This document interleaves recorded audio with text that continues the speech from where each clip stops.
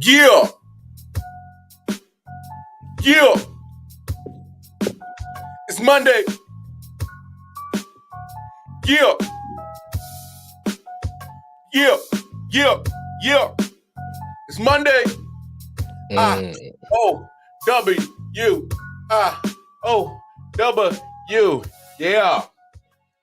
How's everybody doing today? What up, though? Big bro, how you doing? I'm feeling good now. Oh, you feeling good now? Got something to eat.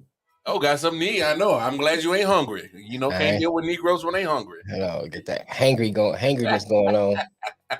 Like, fuck this show, I'm about to eat. Man. Hope everybody is doing well. Welcome to How y'all feel out there? Feeling good.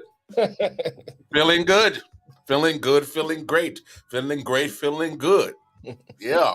Straight Outcast style. Anyway, welcome to another episode of I.O.W. Sports. It's episode 224. 224 in the building. Oh.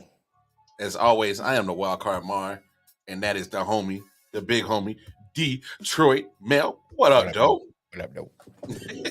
I got my Detroit Stars hat on, man. Negro League. I know. I saw the Negro League collection hats. I mean, the cop one. They got the Monarchs in like black and gold. I saw the Monarch. The Monarch one is tight, man. They don't have the black and gold one in the Detroit Star. I wanted that one. Yeah, the Monarch one is nice. Yeah, that shit's fresh. I'm gonna have to cop that. I mean, I don't know about y'all, but man, you looking at two of the hottest hat collectors in the building. Man. I got hats everywhere. Like me and Detroit Mel got hats. I even everywhere. got fedoras, Kangos, everything. Everywhere. I got all types of hats. Jobs.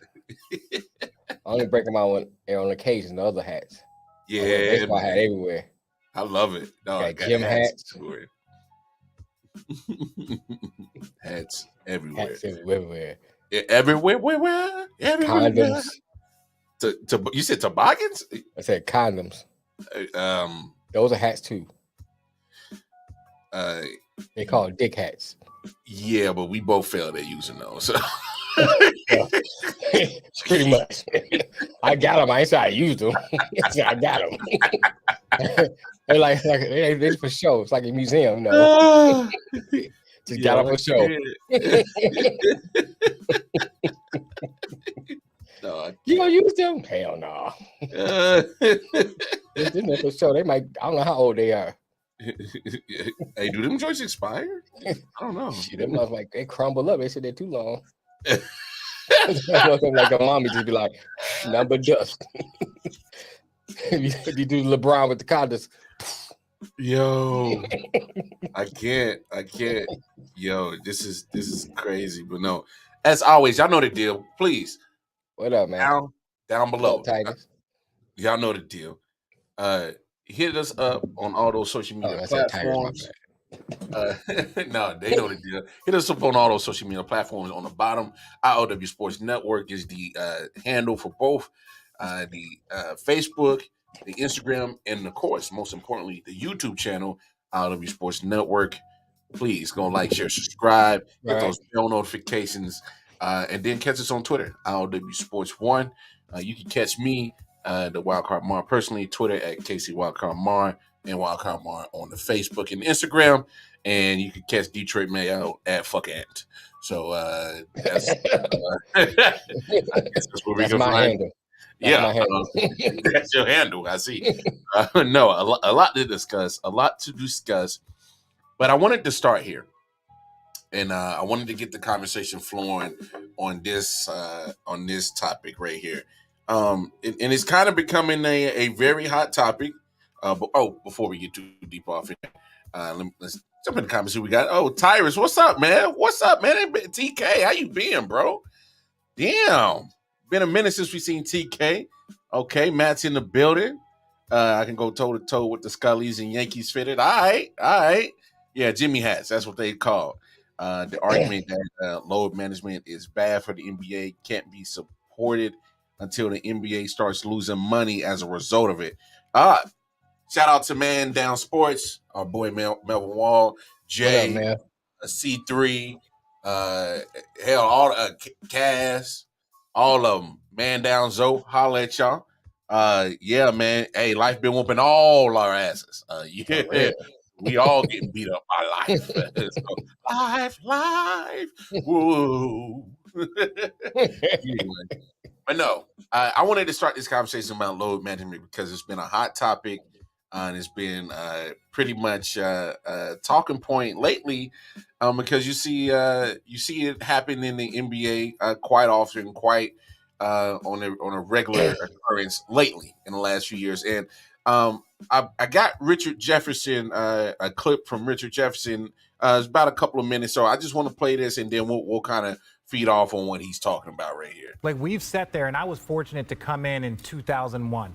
And when I tell you that there was one trainer, there wasn't a traveling masseuse, there wasn't game readies, there weren't all of the amenities. You didn't have cold tubs, you didn't have hot tubs, you didn't have all of the amenities. And the only thing that has led, we have now teams that are paying millions of dollars to sports science. And they're like, oh, the game of basketball is tough. Let me tell you why. And for all the people that want to go through and look at numbers, you can look at how many games I played over the course of my career and what my numbers were. Let me tell you about why it was important to me, because that's all I'm going to say. My parents, I didn't come from very much. And for Christmas, my parents got me a ticket to go watch the San Antonio Spurs because David Robinson was my favorite player. One ticket. My dad, who worked security and scrubbed floors and did all this stuff, he dropped me off at the game, gave me $5, and I went in there by myself because my family couldn't afford to come to the game. So they knew that I loved basketball. And I was the youngest of 3 boys, but that was my thing. So they paid one ticket.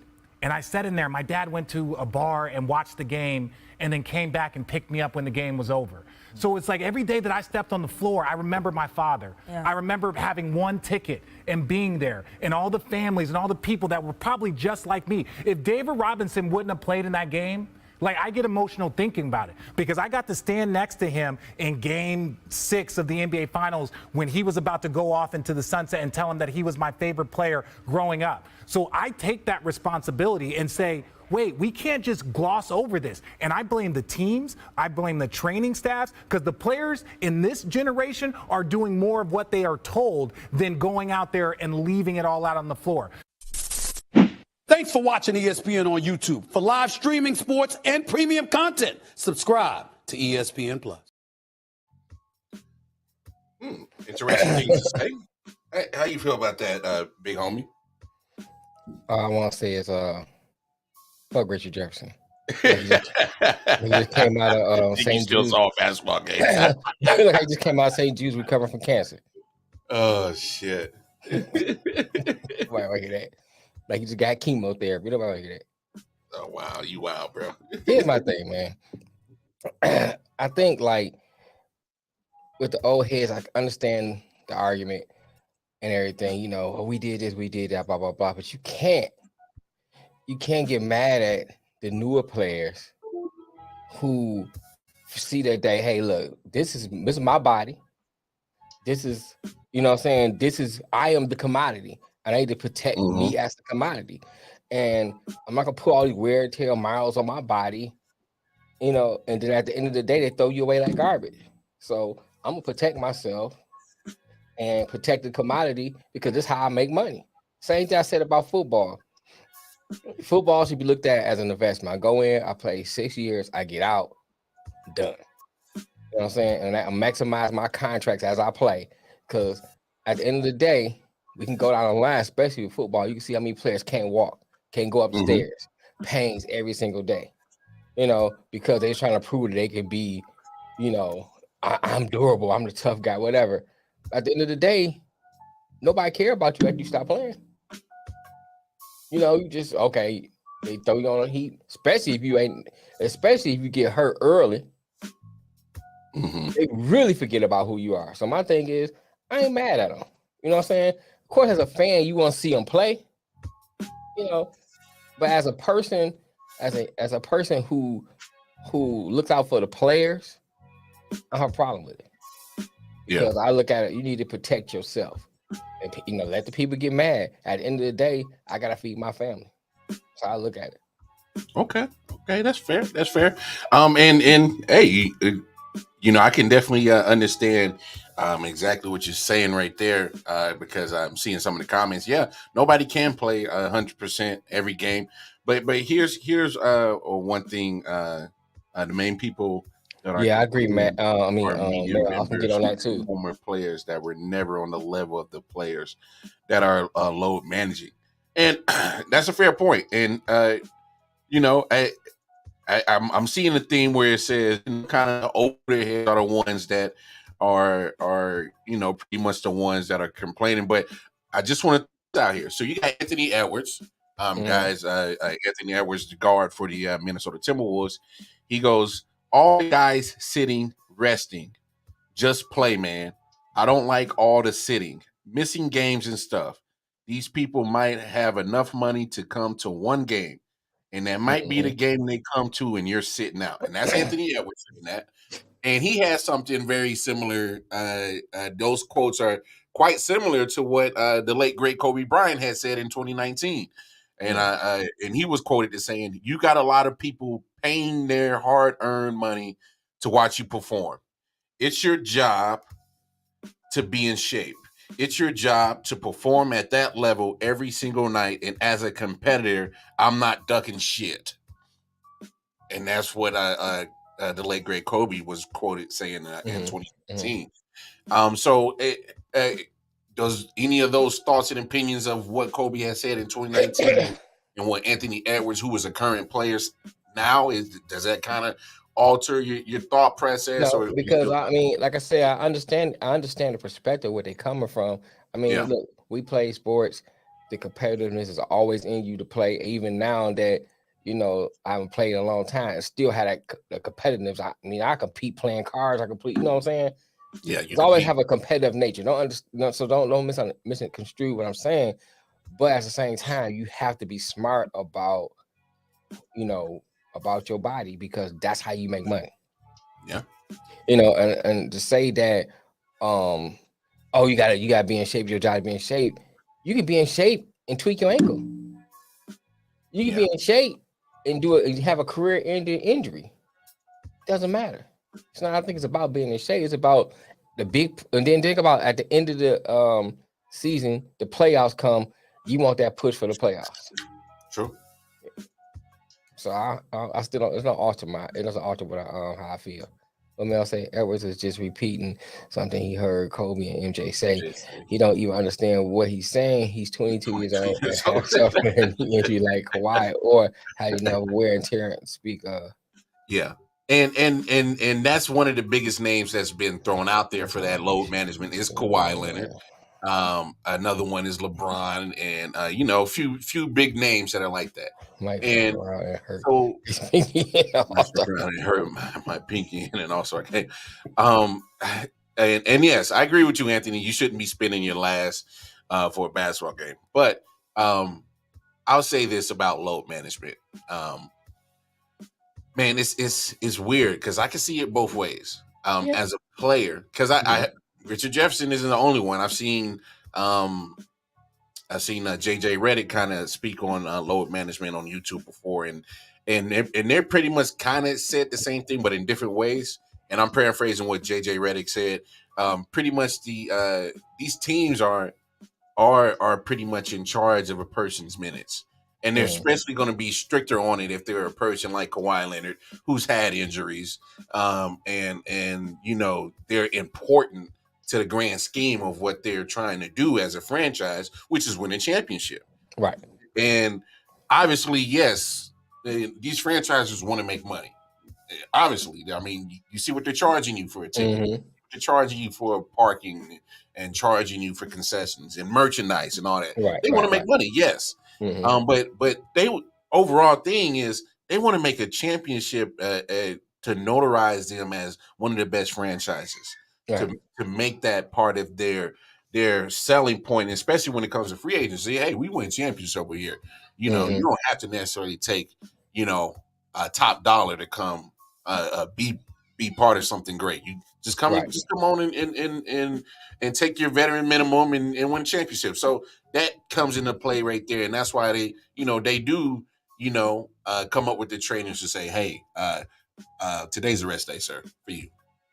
You're going to sit down today, and that's part of the load management. Hey, you need a rest. They're saying that your body is going at 100 miles per hour for too long of a time. it's time to take a And pause. think about this though, from this perspective too. Yeah.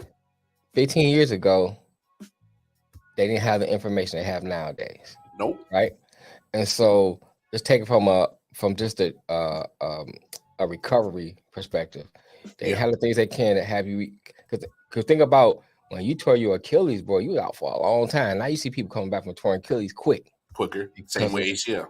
Right, because of what they have now, information, more technology, whatever, all that stuff helps them to recover. So now they might discover, hey, load management might be a best way to prolong a player's career and have a better quality of life at the end of their career. So let's start doing that.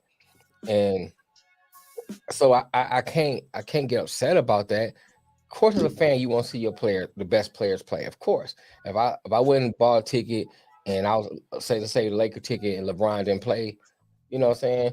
But what if he get injured?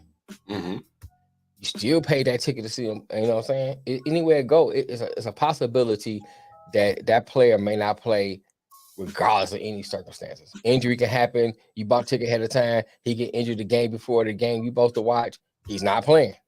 Yeah, it happens. Same thing with load management. It just happens. You taking a risk buying that ticket, not to see your favorite player play. Yeah. And on that same note, if you give them a better quality of life at the end of their career, I'm for it. I'm more for that than anything else, because once you finish, you still have. I mean, you think about it. An average player retires around 30, 32, whatever, around that age, right? You're still young. True.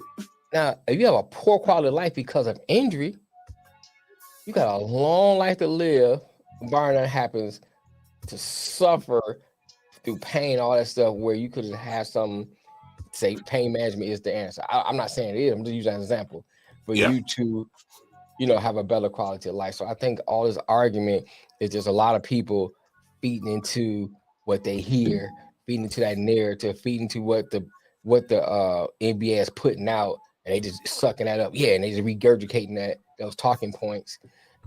Have you done the research yourself? Have you looked into it? A lot of us, once you put a lot of people, when I say us, I'm talking people in general, they hear something put out, a narrative be put out, and they just run with it. Run with it. You know what I'm saying? Yeah. Load management's bad. Why is it bad? Yeah. No, I hear you. And not to, obviously I'm gonna play devil's advocate on both sides, because we gotta see a certain topic, a certain situation. I think we gotta see it from all angles and all views. Right. You're right, man. But, you gotta work till you're 62. What's that? Watermelon Bang? No, that's the it's a Cheerwine Ale from a North Carolina brewery called I.O.W. Down in Charlotte. Cheerwine Ale. So just you got Cheerwine? Yeah, it's brewed with some Cheerwine. And then for those who don't know what Cheerwine is, it's a cherry flavored pop down here in North Carolina. Right. And they call it soda, but I'm from the Midwest. We call it pop. So we call it pop. Yeah, we call it pop. But no, look, as a fan, and just me speaking as a fan, obviously, I've been to a couple of even back in the days when Kobe was playing. I'm glad that he played in some of those games that I went to see the Bobcats. The Bobcats weren't worth the shit. You know what I'm saying? But I was glad that he showed up. That was his mindset. Because you saw the quote that I threw out there. Right. And that was his mindset. But to me, this is just a different day and age, a different athlete, a different way of thinking, a different way of going about it. And if that's the way that the NBA is going, my thing is just roll with it. You just gotta, things change, things evolve, things, let's be honest. I know we like to do all the comparing of different greats and different eras, but they all played in different games. And it's because it's supposed to. You know what I'm saying? Yeah, only in North Carolina. Right. But no, because what have we said? If for those who watch our actual podcast that started all this, I often wonder. We've always talked about evolution, and if things don't evolve, they what? They stay stagnant, and then eventually they die off. Right. So why would you want the players to still have that same mindset like Kobe and Jordan, who are still playing 82? I mean, go look at Jordan's stat sheet. He had his second year. He had a very a hardcore injury that took him out. But for the most part, look what he's averaging. He's averaging 82, 81, 78 games a year at the playoff runs. Mm-hmm. You know, tread, a lot of tread. Played 15 years, and that's with time off. That's with 2 retirements. Played 15 years.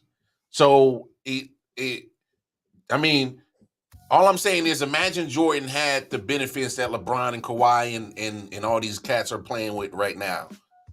Yeah, it'll suck that you might not see MJ play on the game, but guess what? We probably could have gotten MJ for 20 years. That's all I'm saying. That's probably one of the positives you got to look at. We probably could have got MJ for 20, 22 years. You know, if LeBron's playing 20, you know, we probably, who knows how long Jordan possibly could have played. So I look, I'm always pro player, and I'm always pro, hey, get your money and play as long as you feel personally that you want to. Mm-hmm. And if some of these cats feel like, hey, I should be able to play 20 years, then so be it. Let them play 20 years. But I can also see, hey, I'm a fan. I didn't pay top dollar for these joints. And the day of the game that I not already bought tickets to months in advance, trainer comes up to you and says, yeah, hey, pimp. Sit down today. You know, it would suck. I would love to have a refund. You know, I would love to have a refund. But I mean, like you said, that's just the chances that you take when you go and you spend that kind of money on it. Injuries happen. Injuries and things like that are going to be a part of any sport event, whether it's football, basketball, baseball, hockey. It's all a part of it. Players need rest. Right. Players need rest. And like because these guys are exerting so much energy, because this is not just football is only, you know, from September to January. No, the ones that really want to be successful, no, they're pretty much training all year round. All year round. You know, basketball players that want to be successful, you know, they travel, they are traveling to places, camps, or work out here, play pickup ball here, pickup ball there, train with a guy that specializes in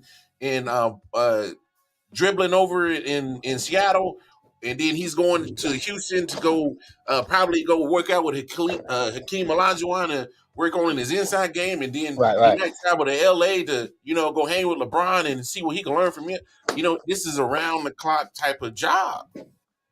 It's around the clock type of job, especially if you want to be the best. So I can understand the load management, not just for the player, but as the franchise. I would rather have you ready for me playoff times come May, come June. I'd rather have you available for there than a non-important game in November against a team that we should dog walk with all of our reserves in. Right. You know what I'm saying? As a franchise, it makes a lot more sense for me to rest you against the Orlando Magic in November than have you playing them in November and then all of a sudden, what if you know, I might need you down the road to clinch or something like that. I don't, you know, just the scenarios that might happen like that when playing in a meaningful game that don't matter, which I understand you want to pay that money for, but hey, that's just a rolling the dice, pimp. I mean, that's just rolling the dice. I mean, me personally, you know, no debate. Well, look, I'll be honest. Me personally, I hate load management. but I understand it. So that's why I I may be old school in my thinking. Like, I loved how Kobe and MJ attacked it. Like, yo, I'm gonna be there. I'm gonna be there. You know, I'm gonna be there. I'm gonna be available for my team at all times, available for the fans, and I Right. love that. That's cool. Oh But yeah, I mean, I understand it. but I understand understand load management. I understand it. But So kind of that's like why what Mel this say, is you know, the if it's a necessary evil, yeah. why you fighting it? Well, that's what I'm saying. I'm not fighting it. I'm I may talking not about like it. I'm talking about like the players, Oh yeah, and certain fans. the ex players and stuff. They coming out against. I mean, it's a necessary evil. I mean, that's the game is involving into that. Yeah. So now find a way to make the best product you can with that in it. You know, Yeah. instead of fighting against it. No, you're right. And just think about and come to mind, and Mel, if you're out there, I don't know if you agree with this. Just think about some of the players in the NBA that probably could have benefited from load management. What if Greg Oden could have possibly benefited from load management? You know, does his career possibly change? The best snacks. You know Chocolate what I'm rice saying? cakes. Man, rice cakes? The hell? Who's Come on, eating rice Smitty. cakes here? How old are you, Smitty? Why the hell you eating rice cakes? I don't care if you How got old are you, chocolate on Smitty? it. First of all, no. How old are you, Smitty? Because If you people talking about eating Rice rice cakes are Krispies, then old. I can get with you, but just rice cakes? Nigga, no. But no. So what if Greg Oden in load management? What if he would have benefited from that in his career? You know, does he get some of those injuries to his knees? Because it's not so much exertion on his knees, not so much time, running up and down the court, jumping. What if Brandon Roy? Y'all remember Brandon Roy? Brandon Roy Oh, was yeah. a beast. You know what I'm saying? Shit has no calories, right? You So does 19, water. bro. You don't need to worry about calories. Your metabolism is ridiculous Yeah. right now, dog. You burning right now. Yeah, you're burning right now. Just imagine being me, bro. Rice cake, boy, it's gonna sit on you for a minute. But no, what if Brandon Roy could have benefited from load management? Because Brandon Roy's career was shaping up to be magnificent and had some injuries. Oh, yeah. You know what I'm saying? I mean, it's honestly, you got to load manage with AD. You know his past. You got to load manage with Embiid. It's because you got to protect some of these guys that have had all these injuries, and to make sure that they're there. You know what I'm saying? I'm just saying, as an old school minded guy, that me, like, trust me, I hate load management because I'm an old school minded guy. I love my Kobe's, my MJs that played '82, all that. But that's not that type of NBA now. It's just not. And so I can't be stuck in that same time frame or mindset as I was back then when I was watching NBA on a regular occurrence. You know, I can watch the product now, but I'm not too crazy head over heels on NBA as I was back in the day. But you got to accept It's a different it game, for but what it is. it's what it is. So, you're going to have to just get along with what you see. Like I said, load management is one of those things that, it seems to be everybody's doing it. So, I don't see it's totally hurting the product. I can understand it from, like I said, from both perspectives. But at the end of the day, if it's going to be beneficial for the players, I'm in it. Yeah. All means, man. Because By all nobody going to care about you when you get injured and you sitting down. Yeah. I mean, well, at least after All-Star voting, they'll still vote you in the All-Star if you hurt. Oh yeah. Yeah. If you a big name and they like you, they'll still vote you in. So let's say if your best bet is to get hurt after All-Star break. Okay, man, it's just straight. Oh, Moses part of the sea for crying out. Wow. NBA. Yeah, Mason Hollywood, man. Matt over here talking about you being old, but he right Man, up every there. reference I name, this nigga Matt be like, He knows. yeah, I remember that. I remember that. He knows. Come on, bro. Yeah. Come on. Hey, first of all, I ain't gonna let Matt sit there and try to cap on you like that. Come on, man. Because he knows just about all the old shit, just like you. So I say something, Matt be, yeah, I knew that. Mhm. And then they call me old. I'm like, right? You know what I'm talking about. Hey, Pod, Right? Shadow, Black. How you doing? Right. How you doing today, motherfucker? How your mama and them? Kawhi Leonard, Brandon Roy, low manager is only reason why he can still play. Hey, I like that comparison because I think Brandon Roy could have benefited from it. So, yeah, I'm with you on that. Hey, we may be born in the same decade, but you were earlier in the decade. I was later in the decade. There's a difference. Low management has. No, and that's the point that I think a lot that needs to really be said. Bring that back up with what Man Down Sports said. Yeah, because like that's an important part. Is because they have to. I mean, to me, if LeBron James right now wasn't load management, he wouldn't last in the season. I mean, if Kawhi didn't load management, he wouldn't last for a playoff run. There's certain individuals that you want them at the end of the season and in a playoff run when it matters, when it's important. I mean, don't you think at some point in time, like you can't even feed into what's being said on what the so-called narrative should be. If you're a franchise, and I get it. Fans are mad. They feel like they got gypped. They feel like they didn't get their money's worth. They went to go see LeBron James and they're stuck with oh my God. Okay, you were born on leap year, man. We understand. You know what I'm saying? So it's like you don't get what you thought you were paying for. And I get it. I totally get that as a person and an individual. But damn it is what it is. Right. Look, I had tickets to see Patrick Mahomes and Aaron Rodgers a few years back. Patrick Mahomes got injured. You know what I did? I sold the tickets. Because I knew I wasn't going to get what I was going to pay for. I sold them. I let some other fool go to the game. I'm not. I mean, so here's my thing, and it's just me. Nobody take this, so nobody don't have to have the same experience. But for me, I go to the game to watch the players, and also go for the experience. Yeah. So, if say like Patrick Mahomes don't play, I probably still went because for the experience, especially if I was going to Arrowhead. Well, I've been to Arrowhead so many times. I felt the experience. I wanted to see Patrick, so that's why I sold the tickets. You know what I'm saying? I had a different objective because I've been to Arrowhead. I know what the scene's like. I know what the atmosphere is like. I wanted to see Patrick fucking Mahomes. He wasn't playing. Get the motherfuckers out of here. I'm not going. So my thing is look, I get what you're saying. You can still go enjoy yourself. You can still have a great time. You can still enjoy the atmosphere. Hopefully your team is still competitive and good enough that they make it a good game and they walk out with a win. So you can still enjoy all that other Chad stuff. Henne been kind of playing. He might have won that game. Nah. I paid good money for these. I was not trying to sit to see Chad Henne. The amount of money I paid for these motherfuckers.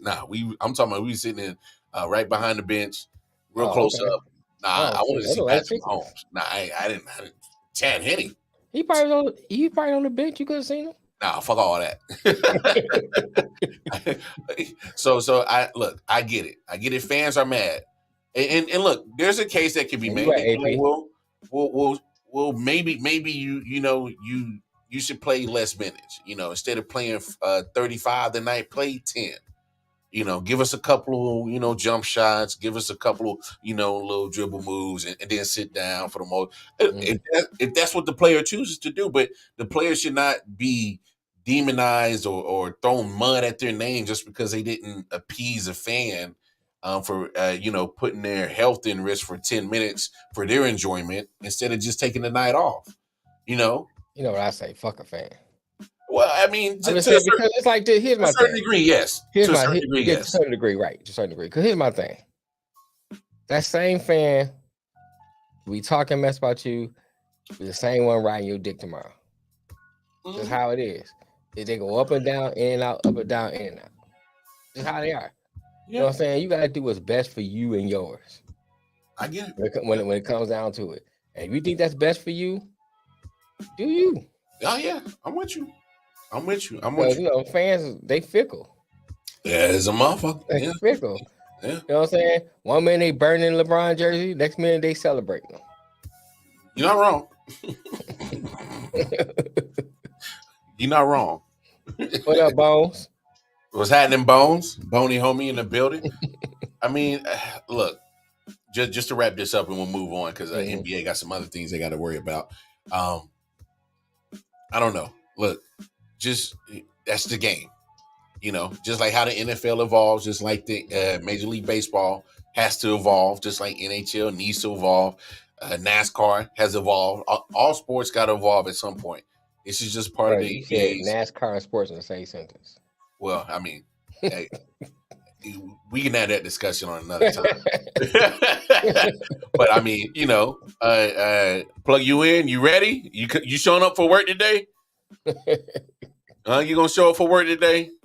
All right. Yes, NBA time. That's your spot. Yeah. Well, he said he's like, yo, I purposely been waiting to come back to work. NFL season was done because you know he's a Saints fan, and you know he didn't have really not too much to really talk about football wise this past season. So he said he purposely set out until he could come back to work for this. But yeah, I'm glad you put it up. At some point, you got to tell fans this is the product we're providing. You can choose to consume it or not, which I agree. We will cater. We will cater to the fans as much as possible, in caps as possible, which I agree with, but not at the expense of our players' health. 100% agree. Everything that Mel Wall just put in that comment from Man Down Sports, 100% agree. And that's the best way to end this topic of load management. Do you think pickleball is let me tell you something. NASCAR is a sport? Thank you, Smitty. Thank you. I think Spade's more of a sport than NASCAR is. Stop doing that, dog. We're not going to do that. And to transition, he finally came to work. I don't know. He's still trying to get himself together. We'll bring him in just a second. But we're going to bring Bones in just a second. But just to transition from load management. So Russell Westbrook got bought out. He's now going to be a LA Clipper. So he goes from the Lakers to the Utah Jazz in the trade. And then now he, since clearing the buyout and clearing waivers, he is now an LA Clipper. Boney, you ready? Give me a thumbs up whenever you're ready, bro. All right. So a thumbs up, Boney, homie. Hey, man, glad to see you at work today, sir. How you doing? What up, man? You know, it's about to get real unprofessional in here. I still got the kids, but I was like, I gotta go to work. So I got multitask. I gotta put the dishes out the dishwasher. No, I can't load manage.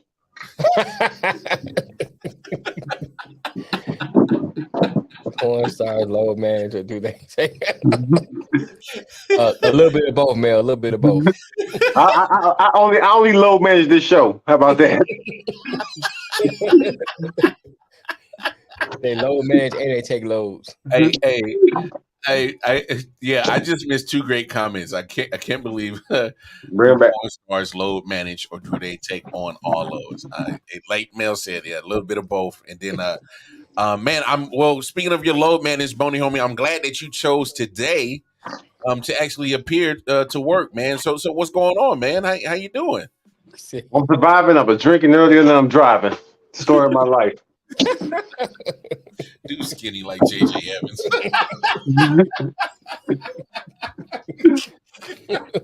AP trying to come for you, Boney. I don't mind. First of all, we're gonna get off Westbrook, man. I've gone from the biggest Westbrook supporter to lukewarm on Westbrook to hating Westbrook with everything in my fiber in my being to realize, you know what? Westbrook ain't the problem. And now we finna see that with the Clippers because ain't nobody else gonna be there playing. Low management conversation. I'm not sure if the best player in the NBA, the best two-way player in NBA history, or whatever everybody was calling him back when he used to play basketball. I'm not sure if he even comes to work ever. Me and him missed the same time. Whenever Westbrook get there, and Westbrook is the star, and Westbrook don't have to really worry about nobody else because ain't nobody else there. I mean, but Paul George might be there every once in a while. But has Paul George ever been the superstar? Like the superstar, you know what I mean? A superstar, kinda, but the superstar, never. Between Westbrook and John Wall right now. John Wall got. What's the difference between Westbrook and John Wall? Did John Wall got a job? I can't remember where John Wall had went to. But I think what Mel's trying to say is like, is there a difference between Westbrook and John Wall? And I don't know. I think John Wall might be a better shooter than Westbrook. Arguably. Statistically, probably not. It's still arguable just because there's more to it than statistics. Because ain't nobody guarding Westbrook when you're shooting. Oh, no, not at all. Especially when he's at the 3-point line. Nobody's guarding him at all at the 3-point line. Okay, so he's in Houston. Okay, I got you. So, yeah, John Wall. Yeah, he did get traded back to Houston. I forgot about that. I don't know. To really answer your question, Mel, on Man Down Sports, I'm definitely saying that John Wall is a better shooter. I'm not sure about the turnover situation. Obviously, we know Westbrook is a turnover machine. Westbrook can carry, John Wall can't. It's impossible for John Wall to carry anything. That's what I'll say. I don't really have much facts and stats to back it up, but I'm just saying what I see when I see things. Mm-hmm. That Westbrook can carry you to the playoffs. Yeah. I ain't saying he's gonna get you no championship, but it'll make your team something. Yeah. It'll get you in the dough. Yeah. I can I think John Wall missed the old John Wall. There's a lot. Yeah, John Wall obviously has had his own injury battles and injury issues that he's had to deal with. So that's not the same John Wall. Why get rid of Wall and grab Westbrook if you wasn't going to play Wall? I'm not even sure. Here's the thing. Obviously, Westbrook has played with Paul George. He hasn't played with Kawhi. So there's a few players on that Clippers squad that kind of played with Westbrook before. So, but Westbrook is when he goes to a new place, he starts being assist man again. So I don't know. Good. He'll start off good. Westbrook like how you are in a new relationship. Start off good. And then you go become your real self towards the end. Oh, you get comfortable. Same thing. Get comfortable. Words. What'd you say? Say again, Bodie? They be trying to play Westbrook, and Westbrook ain't with the S words. I can't curse. Oh, you got the kids around. Yeah. Kids around. You don't censor it. Thanks for telling me. I had to censor myself now. He ain't never been that way, and that's the problem. What y'all need? Hey, I'm mad that Boney Homie has chosen today to bring not only his butt to work, but take your kids to work. Can you get to work day? On load management, he brings his kids to work day when we can't find them. Oh my gosh. Hey, what's up? That's the dollar. 1/7 of my kids. So I don't even remember what I was saying at this point now. You talking about Westbrook? Yeah. No. Any thoughts and opinions on Westbrook going to the Clippers, Detroit Mel? Nope. Nope. That's it. In the grand scheme, that's really what it comes down to.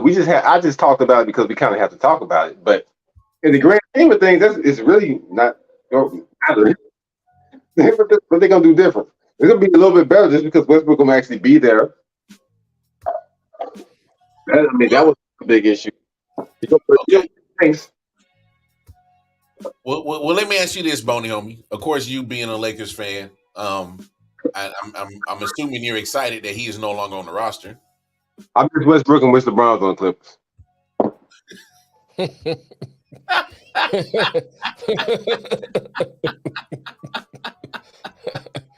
What up, cool? So Scott. Cool. What's up? Shout out to Scott. Hey, so let me ask you this, Boney homie. Certain the moves that the Lakers made at the trade deadline, obviously getting rid of Westbrook. They picked up who they picked up? Picked up Mo Bamba. Yeah. Calling a young brother's phone. I know you got the kids around, so I'm kind of censored. Trying to censor it. Say beep beep. Patrick Beverly for Mo Bamba was the best trade I ever seen in my entire lifetime. In your entire lifetime? Lifetime. I don't think there's ever been a better trade made. Michael, no. I don't think there's ever been a better trade made ever. You trade a negative for anything. Anything you got from Patrick Beverly was a win. Yeah, right. Patrick Beverly for Detroit Mel, I'll be like, you know what, we want.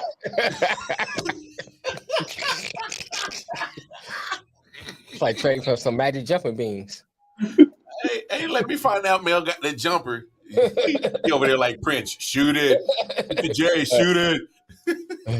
Like advantage blouses. Advantage blouses. And look, so is it fair to say you like D. Russell coming back in the purple and gold? I mean, I don't like nothing. Everything we did reached a desperation, and it should because we should be desperate for considering where we are. We might as well not won any games for being the Lakers. I mean, I don't know. I really don't like him. I don't like nothing though. So I gotta try to get excited about something so I can just enjoy basketball. In any other situation, I would hate that he came back because he feels more cancerous. But I mean, we got rid of Pat Beverly, so the cancer kind of offsets. Offset cancers. Damn, I didn't. He offsetting. I think Pat Beverly really ain't even a locker room cancer so much as like a cancer in general. Like Orlando was. I feel like Pat Beverly kind of gets the troops ready. Yeah. If I'm good at basketball, I look at this guy and say, man, he really think he good. How can I not be confident if that guy is confident? Right. Your tries, cut. Hey man, start with confidence. You got to start with confidence first. I mean, look, can I give a shout out to Ben Simmons? A shout out to Ben Simmons or what? I'm just saying, start with confidence first. You know what I'm saying? You don't have the confidence, you can't perform. Look at Ben. No confidence, no performance. That is true. That is true. Well, here's another NBA topic that's kind of like the elephant in the room, man. NBA All-Star Weekend. All right. Man. Let me say this. Man, we want to save All-Star Weekend. So you say what we need to do to save it? I don't know. We'll go ahead, Commissioner Bones. Commissioner Bones, how do you save the NBA All-Star Weekend, Commissioner Bones? I don't know how we save it, but I'm saying that we went to the G League trying to save it, and that's how bad of a state it's in. Like, how that McClung kid up?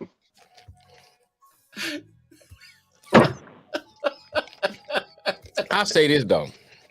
Hey, but Bones is right. Now, hold on. We're not going to gloss over that. Bones is right. You got to go to the G League to save the All-Star Weekend, bro. The All-Star game sucked. Don't talk about that game. I mean, literally.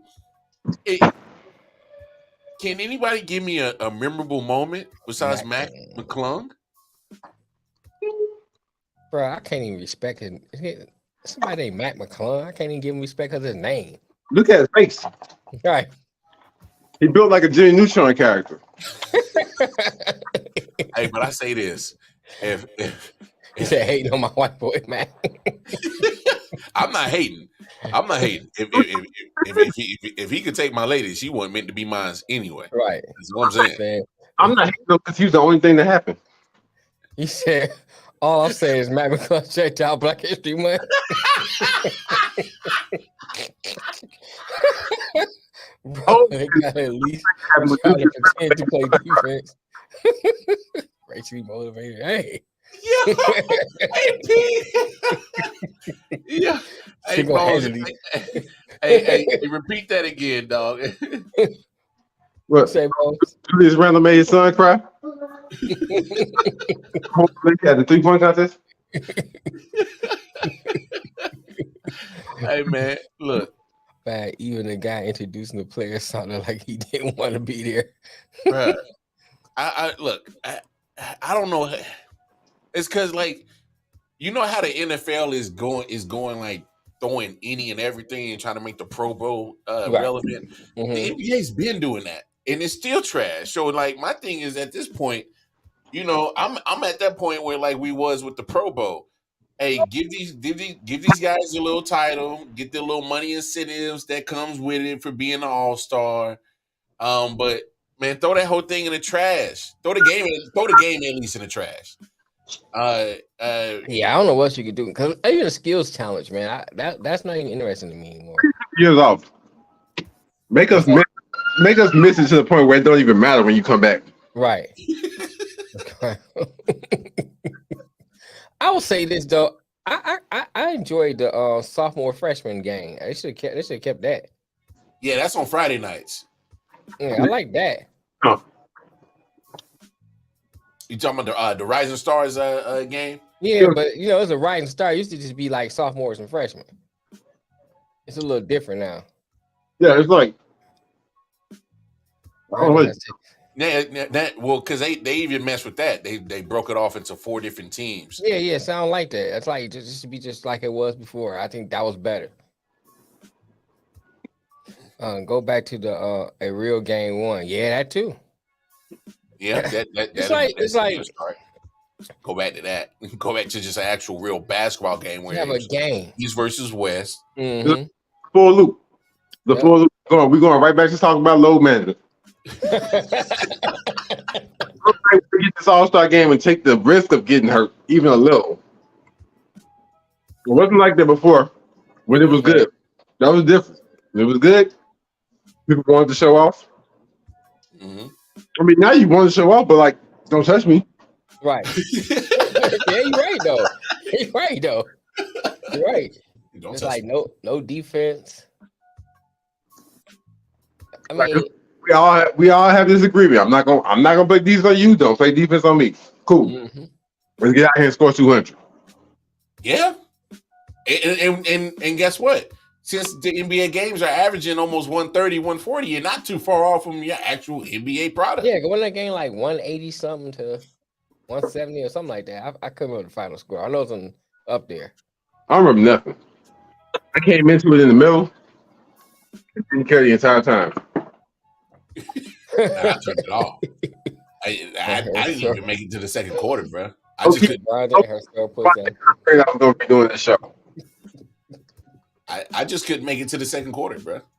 My man Scott is the one who hit me up. Was like, man, do you hear how poorly these announcers are announcing? I was like, I ain't even watching, bro. So I was like, you know what? I got a job. After about 30 minutes, I decided to start watching. I just watched the highlights on YouTube. I was like, I ain't about to sit here. Yeah, but the highlight clip on YouTube had to be nothing but 5 minutes. It wasn't like they had a lot to choose from. Yeah, it's like 10 minutes. It's like 10 minutes of the game. You know, it's most of the game. They just cut out like the announcing part and that kind of stuff. So you get a couple of dunks. Yeah, a couple of dunks. You get the majority of the game. You just cut out all the BS around it.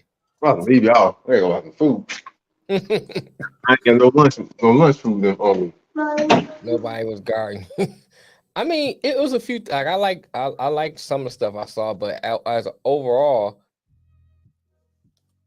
you know, it wasn't nothing to say. Hey man, you should all start. Cause remember back in the day, and I remember back in the day, on Sunday, you watch the All-Star game. You go to school the next day, and that's all you would talk about. Hey man, you see that? You see that? Now it's kind of like you watch it, and you probably forget. You can't even remember half stuff that happened in the game because it wasn't all that exciting. It just wasn't exciting. There's nothing to really talk about. There's a few things you can probably point out. I like Brown. Brown I think played pretty good. He had his moments. Tatum had his moments. But at the same time, nobody's playing defense. No. I mean, Lillard, Damian Lillard had his moments, but nobody's still playing defense. So can you really say, what I'm saying? You really say it was all that great if nobody's checking you? I mean, shoot, you an NBA player, you should be able to look smooth and nobody playing defense on you. On some real shit, I might be reaching. All right, so I might be reaching. This is how I think you save All-Star Weekend. Okay. I think you break get some holes in it. Well, I mean that'll definitely work for a certain demographic. I can't hear for the scribbles. I can't hear for the scribbles. Yeah, that works for a certain demographic. But what I'm saying is, I think what they should do is they should do like an open run. Okay. Kind of like that, and I get almost like and one. Okay. And kind of turn into pretty much an and one game where there's a little bit of competitiveness, but it's enough that you can, showcase your skills, in your ISO moments and have fun doing it and put on a good product. I don't know if that'll solve it, but point, Matt. To save All-Star Weekend, I was talking about not Smitty, but Matt. Point. Oh, even early on, Luka was mic'd up and Reggie Miller said, "Time to play some defense." On air, Luka says, "I'm not trying to hurt nobody." Yeah. Smitty said to save All-Star Weekend, make them put on pads and hit each other. To the opposite of what football did. Hey, that might work too. You never know. I mean, look, obviously, I think the celebrity game is starting to become a little cool. Yeah, celebrity game is always cool. Celebrity game is cool because it's still kind of new compared to the All-Star game. Yeah, but that get old after a while too. Yeah, that change comes from the players. They just gotta want to beat each other. Game. That change comes from the players. They just gotta want to beat each other. Yeah, I hear you. I kind of 80-style rules. I like that. Nah, come on, man. First of all, them dudes is barely touching each other now in the game. Leave me alone. Stop hitting me. Them cats can't play no 80 styles basketball, man. A celebrity game. Hey, no, that's funny, but it's slightly true. Because look, I think the celebrity game is starting to become cool because you got other people like DK Metcalf. Y'all show he's been showing off his little basketball skills, right? And drug tested. Yeah. Oh yeah. He trust me. They saw how high he was leading. Yeah. They drug test him immediately. It was only so you clothesline was only a personal foul. Yeah. Now that's an automatic ejection. Right. But yeah, look. Celebrity match is cool. The basketball game is cool. The Rising Stars, as in the sophomores and rookies, they should have left that alone. I didn't get why they split it up into 4 different teams, and then you try to see who's that. So cool. Say put the All-Star game on Saturday night, Rising Stars on Sunday, and stretch the halves out a little longer, a little more. I mean, I'm not mad at it. I'm just thinking, like, will I tune in it? More people tune in on Saturday than on Sunday. They definitely tune in more in on Saturday because I mean, to me, I already know what you're going to get with the skills challenge. I know what you're going to get with the 3-point shot, and and then of course the end it off is the dunk contest, which I'm glad that they actually timed it now, so it's not taking so long. So they got that part right. And even with the dunk contest, how many different dunks can you really do? I don't know. I mean, come on. This isn't cool. Yeah, McClung is the first G League player ever to participate in the slam dunk competition. He was signed this week by the 76ers to a two-way contract. Congratulations, Tuesday. brother. Congratulations. I'm worried about the guy holding the other guy. At some point, he gonna go down. Oh, that's a 50. That's a 50. I got to see if he hit the backboard. That's a 50. That smile says it I got to see if he hit the all. backboard. That smile says it I got to see if the all. I mean, that's pretty cool. I mean, it's cool, but it's a different version of another dunk you've seen before. But he jumped over two people. He kissed it off the board, and he reversed it. And that was fresh. It was cool. It was a cool dunk. Don't get me wrong. I'm just saying. I guess my argument is that it's just a different version of another dunk we've seen before. So I'm like, how many more different dunks can you do? After a while, I was like, all right, it's a dunk contest. And you jumped over a car. We're gonna start jumping over alligators next. I mean, what else you gonna do? I mean, you sound like a real old dude right now, dog. Why? Because I'm just saying because I was saying I'm tired of saying the same stuff. Just tired of saying the same stuff. What Mel say? Yeah, I got you. Notice in the LeBron era, the All-Star game died. USA basketball died. Post-play big man died. The dunk contest died. Sports media died. Team hopping was birthed. Stats over winning emerged, and more. And Mel is stoking the GOAT conversation again. I see what you do there. WWE Sunday, watch XFL. We're gonna get on that too. There you go. LeBron killed the game. Oh man, they go. Come on, man. It started on LeBron. I didn't hate it. Don't get me wrong. I'm not saying I hate the dunk. That ain't even my point. All right, so I got the last dunk right here. I like this. Wait, he's got a prop here, guys. He's got a prop here. High school jersey. Yeah. High school jersey. This is the high school that he played for, that he broke the Iverson and the J.J. Redick records in the state of Virginia. Here he goes. And he's putting on the handle. That's a wrap. It is over, ladies and gentlemen. It is a wrap. It is a wrap. You can't hate that now. See, you're missing my point. I'm not saying I hate the dunks. That's not even what I'm saying. That's not even my point. Hey, you old ass motherfucker, man. No, see, because I have a difference of opinion that makes me old. Another version of another dunk. That's all it is, though. That's all it is. Dominique did a dunk similar to that. Vince Carter did a dunk similar to that. Oh my gosh. Thank you, Matt. He is old, man.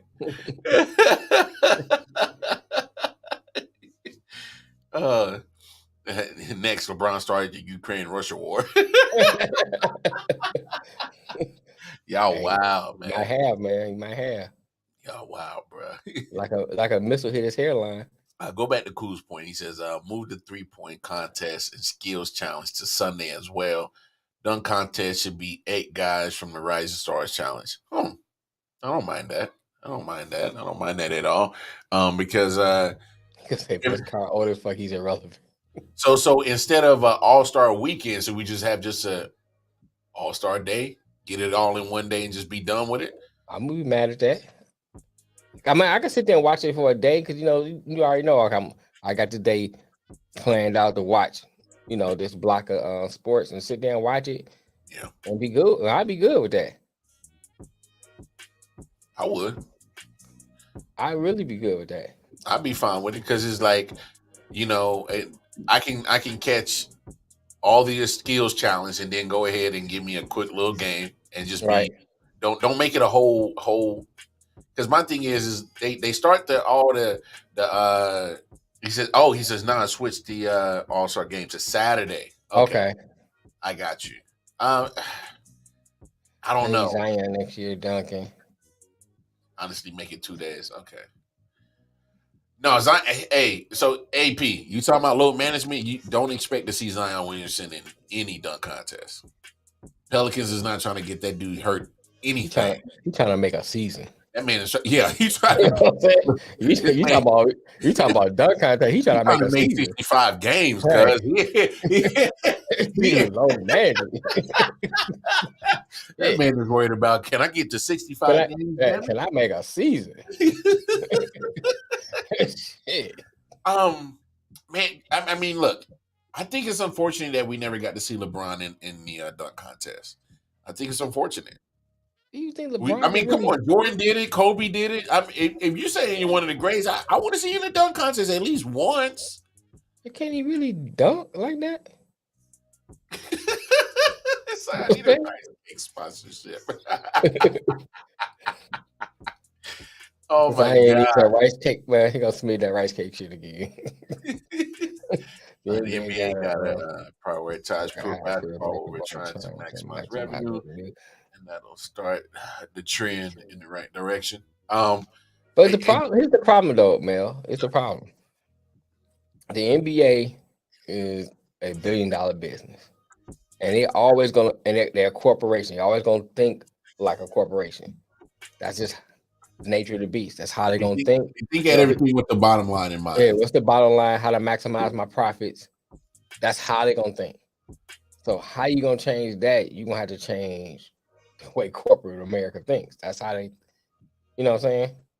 I don't see that changing. Not the way they think. I'm not saying the game itself. Yeah. He said his high school dunk contest was horrible. I thought so, yeah. I didn't think he could dunk.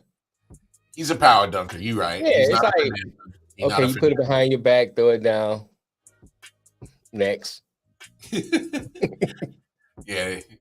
No, it's true. That's a true point. I never thought of it that way. Yeah, you're right too, man. He don't want to get showed up in the dunk contest. That's why he don't enter. He lose that, you know, you're not gonna hit the end of it. Yo, Brian, how you lose that? You supposed to be the GOAT. Supposed to be the GOAT. Jordan won it. He the GOAT. What happened? Say first your hairline, not this. No, LeBron he's athletic. He's just not finesse enough for a dunk contest. That's it right there. He does not. Yeah, he don't have that finesse. Yeah, he's not finesse enough for a dunk contest because he's too bulky. You know, he's powerful. He's a powerful dunker. He's not a finesser. He's not going to be doing no Matt McClung. I agree with that too, Scott. Just pick the teams up. I see y'all play. I ain't got to see y'all do no live drafting teams. I ain't got to see that crap. Just pick the teams. All I want to see is y'all play. Yo, I'm glad you said that because a lot of people said they were cool with the live draft, and I was like, yeah. Well, yeah, I hear what you're saying, Mel, but I'm saying that's how corporations think, period. I'm not disagreeing with your comment. I'm just saying that's how corporations think, period. They're not thinking about, I don't want to say not thinking about good basketball, but they're thinking about how I maximize my profit above everything else. And that's why they come up all these little gimmicks and all these little things. Well, basketball is pretty much the back. Yeah, that's on the back end. You know, whatever comes out the end, they don't care. It's like, and most corporations, I care about basketball now. And most corporations are not in touch with what the people want. I mean, look at it. Just look at it. Now all of a sudden, the NBA has been letting these players walk and carry the basketball, traveling for miles on the court. And now, you know, earlier in the season, they were calling it. I'm willing to bet. Cool. Mm-hmm. I'm willing to bet. I haven't seen the stats on it, but I'm willing to bet that the traveling violations calls have gone down from the beginning of the season. I'm willing to bet. I'm willing to bet that. Oh yeah. You know, they really did a live practice. Yeah, it's crazy, man. I don't know. I don't know how you fix All-Star Weekend. In NBA and NFL, both entities got some work to do on what they want to do with this. Their, you know, showcase of their best of their. I say just give them an award and just move it on. Yeah, just give them an award. Say, hey, you're a Pro Bowler, you're an All-Star, and keep it moving. Keep it moving. I'm okay with the let it go for a couple of years and see how people miss it. Yeah. You know what I'm saying? Then you can kind of say, okay, Well, let's see what we stand after that. Because right now, I didn't really care if I saw it or didn't see it. Yeah. You know what I'm saying? I knew we had to talk about it today, so I said, okay, I'm at least watch it on YouTube. Yeah. But we had to talk about it. I probably wouldn't care if I watched it. Oh, same here. You know what I'm saying? I'm just being honest. You know, it was like, yeah, I like what me, AP is saying. I would play more games. Yeah, I would do East versus West, and game. then I would give I would do East versus West, and then I would give the winner has home court advantage in the finals. I like that idea. You know what I'm saying? Because then in the NFL. Yeah, thank you, Scott. I think we pretty much said it at the same time. Because I like that, because my thing is it gives incentive to at least play hard in the All-Star game, because if you're an All-Star, then that means you've been playing good, and more than likely you're on a good team. So therefore, if you go ahead and get home court advantage, you're helping yourself out in the long. Ask, is an All-Star only good in offense only? Is an All-Star only good in offense only? Yeah, if I'm an All-Star, I'm only a good offensive player. That's it. Well, the way that the NBA is set up, if I'm an All-Star, should I be an overall good player? You should be an overall good player. The NBA makes majority of its money of the year in June and July. Basically, everyone is watching football until you're right. Yeah. You're right. Because that's how I do. Yeah. I don't watch. I don't really watch NBA till after Super Bowl. Yeah. I mean, I might catch a game here and there, but like really watch it, I really don't pay that much attention to it till after Super Bowl.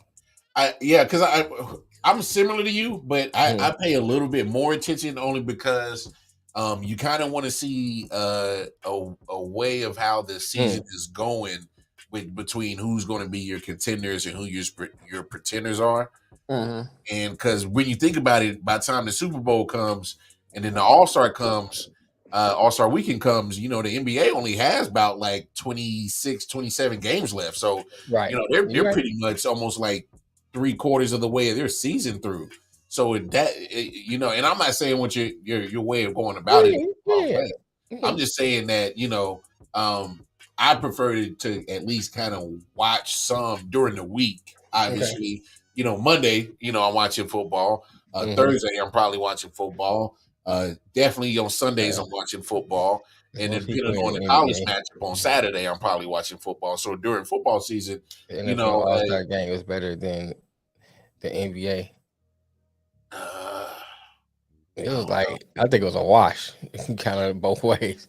So basically, if load management makes more players available for the playoffs, and that's when the NBA makes its money, then load management really is an issue, right? Yeah, I agree, man. You make a valid point, Mel, and that's why I'm saying, as the old school mindset of guy that I am, I'm able to adapt and appreciate. Not appreciate, because I still think it's stupid, but it's not an issue for me.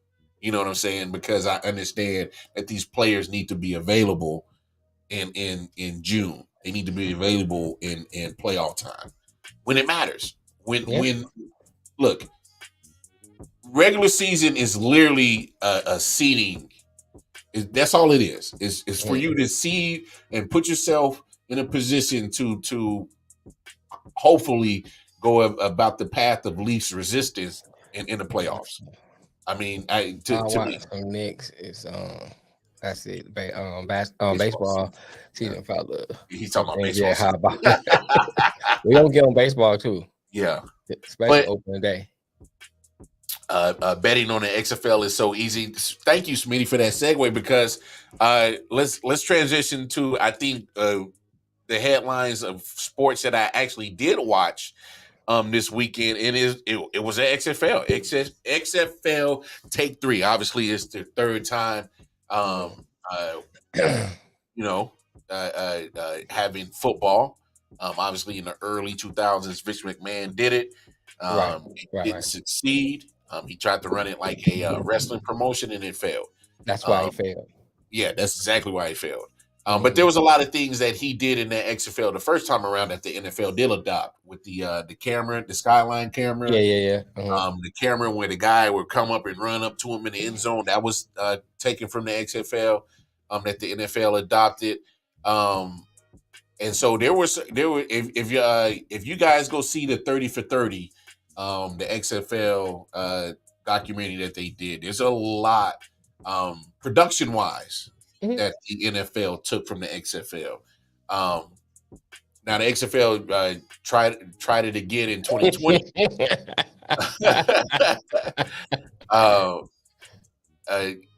They tried it again. Vince McMahon did it again in 2020. It was a better product because he actually started getting football people involved in it. And it was a better product than it was the first time. Unfortunately, COVID hit, and just the finances were not there to keep it up and running and keep it afloat because of COVID. Right. Because his business model is to do live games, and so since all the live games were pretty much taken away, that pretty much killed XFL Take Two. So now you get your Take Three. XFL has been sold to Danny Garcia, who is a friend, or she knows Dwayne Johnson from somewhere. If I remember correctly, I think they used to be married or something like that. I don't know. Or something. Or he probably just something like that. But Danny Garcia, her and Dwayne Johnson, y'all know him as The Rock, bought it, and they're financially backed by a capital group. I can't remember the name of them, so excuse me. I apologize for that. But I actually watched all 4 games. I watched all 4 games. So man, what was your take on Take 3, man? I'm gonna say this, and it's not saying I didn't like it, but the XFL and USFL were mirror image of each other. I think they both are the same product. Since we talking about comparing the XFL on this 3rd iteration, I think this side is better than it was. I can't really count the 2nd iteration because we really didn't get a chance to see what it can do because of COVID. It looked better. Yeah, but we really can't get a good assessment. Yeah, because it was ended abruptly. Right, but it was better than the 1st iteration. Now, because to me, like when the first time it came out, I was kind of like, it's not football. Yeah, it's wrestling with pads on. And when you kind of market it as football, I'm looking sitting down ready to see some football. And I thought it was just too over the top. Now, if I wonder, now we marked it as like wrestling entertainment, I might have enjoyed it better because my mindset would came in different. Yeah. For the 1st iteration. But I say this, I liked it. I like the fact you can see, you recognize some names, and I want to say AJ McCarron still ain't shit.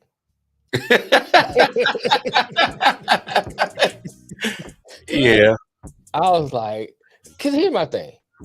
And there's no diss to none of the players, but you would think, I thought like Pascal Lynch, AJ McCarron would have a better advantage because they play in the NFL. NFL, yeah. You know what I'm saying? And you're not playing with the same level of talent. Yeah. So I thought, hey, they have an advantage. They sucked. The Houston Roughnecks look good. Hines Ward team looked good up until a point until let them come back on them. Yeah. They missed a lot of field goals.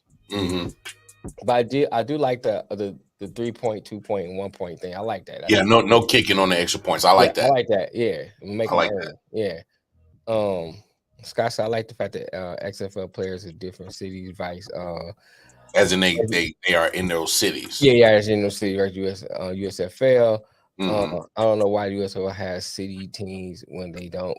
But I think that's because that first year they all played in Birmingham because of COVID or something. COVID, it was something to a fact. I think when they come back, they're gonna play in them cities. Yeah, and we'll find out in April. So I think that's one thing that's definitely the difference between the XFL and USFL. They're really not competing at the same time. Yeah, they are competing for trying to get football. Yeah, I'm with you on that one, cool. Trying to get their product seen, of course, on the downtime of the NFL. But I don't know. XFL right now, obviously, we can't give a true synopsis on USFL. Obviously, I think they had a solid first season last year. But cool, yeah, because they were able to practice and money. That's what it was. Yeah, it was COVID and money. Yeah, but they were able to. These XFL teams were able to practice for at least 5 weeks, and so you can tell that they were antsy to hit somebody else. You could tell that they were antsy to, compete against somebody that's not their teammate. And quite honestly, not to cut you off, but Scott said it's all in one city again. I wonder why. Is it? I mean, yeah, I was like, why? They say they played Birmingham because of COVID and money. Then why they playing Birmingham again? I don't know. That's crazy. I'm gonna look more into that. You know what it is? Maybe they weren't able to secure venues for certain places. Because here's the one thing that I think the XFL, and this is why I think the XFL is going to succeed on Take 3. Okay. Because they got legit backing. Yeah. They got legit money backing it. Mm-hmm. And that's not because, first of all, you see the TV deal they got, right? Mm-hmm. They got Disney. They got Disney backing them. Right. like we ain't talking about like just a regular entertainment company, throwing a couple of little grand out there to help you flow. We'll film your stuff because we got cameras already and film crews and all this. No. They got production money. At Disney, the Mickey Mouse is backing them. They're on ABC. They're on ESPN. They're going to be on Fox. They have. But where Bones at? Bones had to take care of the kids. Yeah. Bones had to go back to his load management duties, man. So, so that's for one. They have legit backing. That has for the entertainment value, as in their viewership. They got a good TV deal. And anytime you got ESPN, Mickey Mouse and Donald Duck's on churches. But Wi-Fi. Good TV deal. So that's going to be, so they're on networks as everybody's familiar with, going to be seen on. You don't have to search up and down and try to find out where they're going to be playing the games at. You know exactly where they're going to be at. All right. ABC. Yeah. ABC, ESPN. All right. So that's to their benefit. And then two, the actual financier besides The Rock and his ex-wife, they have a lot of money invested into it where they brought in football people. You saw Hines Ward. That's a good point right there. What's that? Well, Cool said that's a good point, and I was kind of thinking the same thing. And they are flooding. Yes, he is, bro. He's literally. I mean, say what you want about Vince McMahon, but Rock learned some stuff from Vince McMahon on how to promote. Yeah, right. We got to be honest about that. He found a way how to promote. So they've been promoting the hell out of it. He said Terrell Owens about to suit up. I wouldn't be surprised. I wouldn't be surprised. It's a way to kind of get your what's the word I want to use? When you got the little itch and you want to play. Yeah. You retire playing. You can't play in the NFL, but you probably play in this league.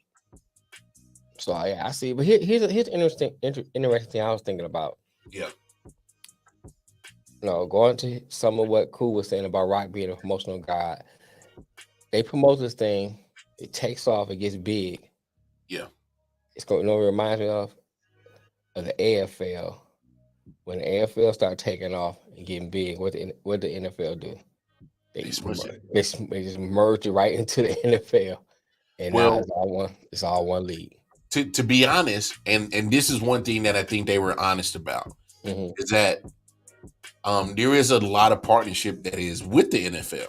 And so this is why that was my second take on why the XFL is going to succeed, is because they're not trying to compete with the NFL. Dwayne Johnson, Danny Garcia, they're not trying Here's my thing though, Lamar. And I ain't mean to cut you off, but here's my thing though.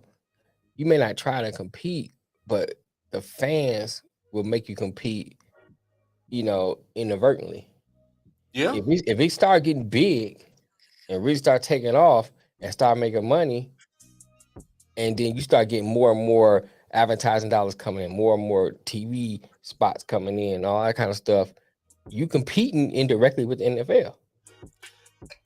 I mean, you may not be able to compete on a level, like, you know, take them down, not like that, but the NFL see that, and they just try to do like the AFL, merge you right on in, which I hope doesn't happen, because I like the fact that for those players who couldn't make it on that level, you still have something you can do to kind of fix that itch of playing. You know, still decent competition. You're still playing at a higher level than college. Yeah. You know I was saying good point. That Scott just dropped up there. Yeah. But no, I hear what you're saying, man, and you're not wrong. Because the NFL at some point they say, yo, anything that's even cool. If anything is trying to, you know, even get a sniff of at our popularity, we got to snuff them out. I know that's how the NFL thinks, and I'm with you. But this is what I was saying with they were honest about is not that the XFL is not trying to compete with the NFL. They've actually been more of a partnership with the NFL, because there's a lot of personalities and people that they're using, like Dean Blandino. He's their officiating guy, head of officiating for the XFL, but he's technically an NFL paid person. And so NFL is loaning these people, and they're building that partnership. And you know, there's some form of NFL. But isn't Dean Blandino like more like a consultant for the NFL, right? True, he's more like a consultant, but is more like there's a I thought about that too, Scott. There's a few NFL guys that are consulting this XFL thing. You know what I'm saying? And I think it's really because it's the partnership between Dwayne "The Rock" Johnson that's pretty much being this nucleus of partnership between the two leagues in the NFL and XFL. And as long as he's part of it, it'll continue to be that way. And because this is why I'm saying that they're not directly competing with the NFL, obviously because of time. All right. Their season starts in February. NFL is ending. You know what I'm saying? And so that they're not colliding time-wise on the calendar. Right.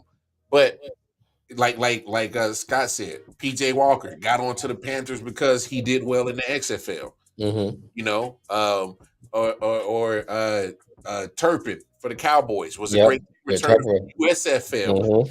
Got on to the NFL. So but you saw Vic Beasley, a former NFL guy, Martavius Bryant, Josh Gordon. You saw former NFL players playing yesterday and on Saturday. And so some of those guys are might use that as a stepping stone to get back to the NFL. Right. Or if not, hell, if they do it right, that could be a place for them to make their own and make it popular, the XFL popular in there. Because there's a lot of things that I like, which is take 3 that I like about the XFL. I like the fact that they're making them like you said, I love the no kicking extra points. I love that. I like that. Like go get you a 1 point, a 2 point, a 3 point. Use it as a strategy. You know what I'm saying? And then you know what I really loved?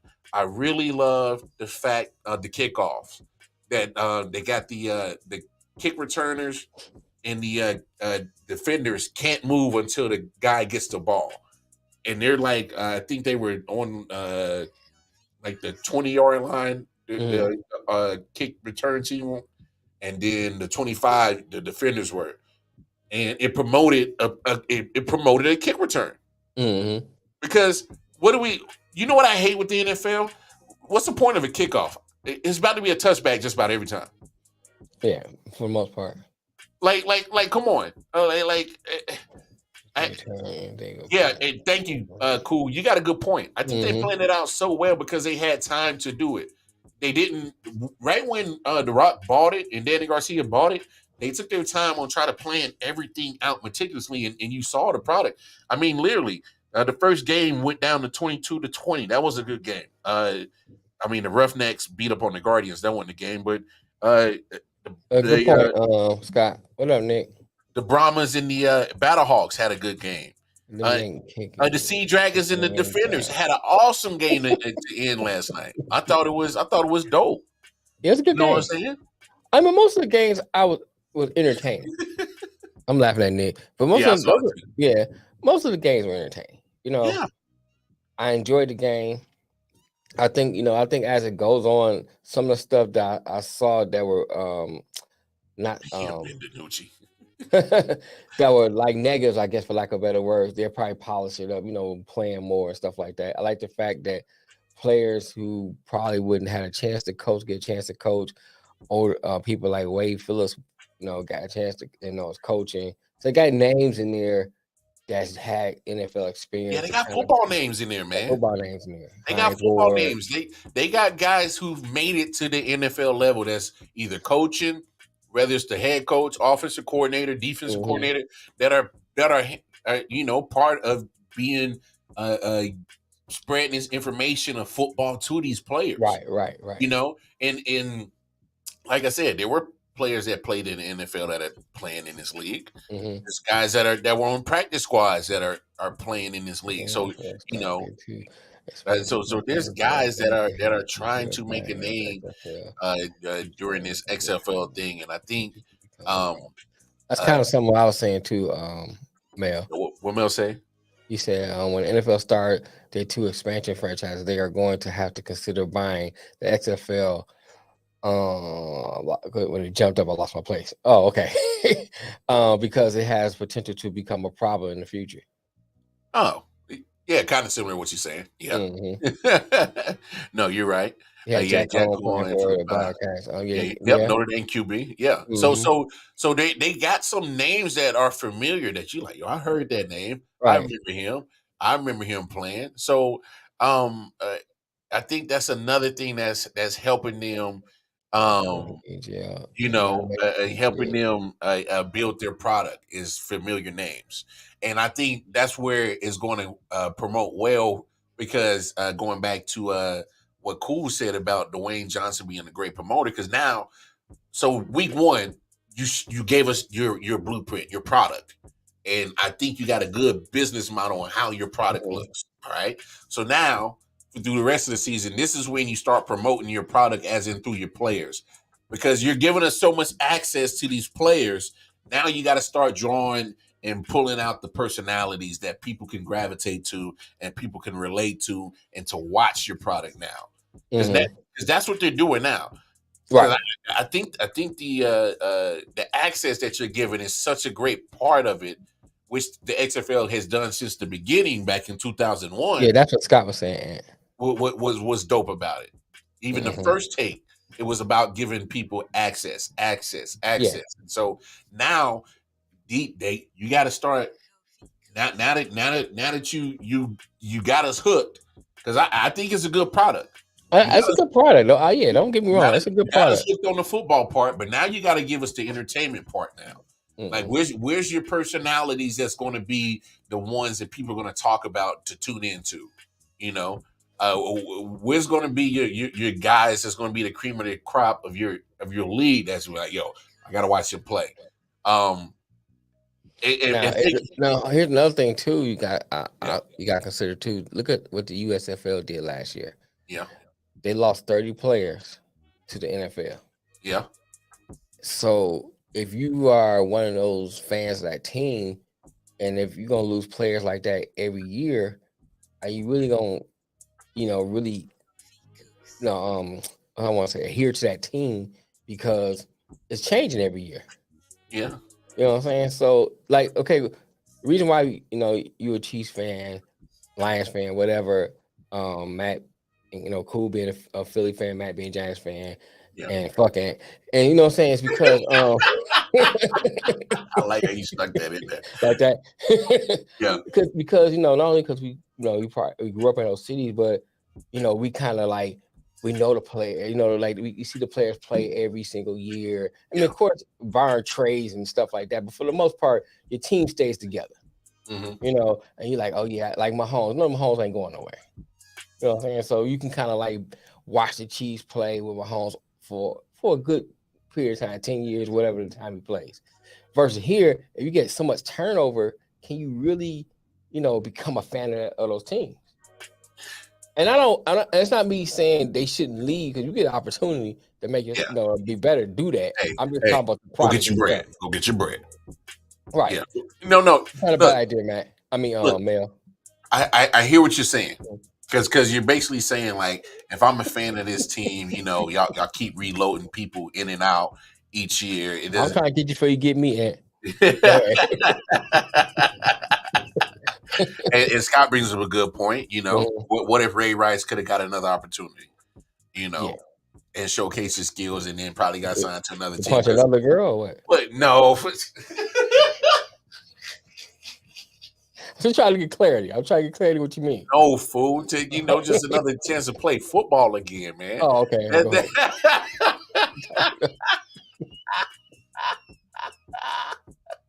I'm not saying this era fans don't follow teams like they did.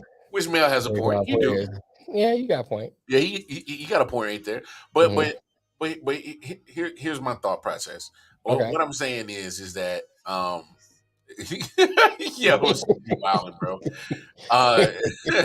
If he gets another chance, then damn, I guess ghosts are real. Like, I don't think Andrew Luck will come back. For real. I don't think.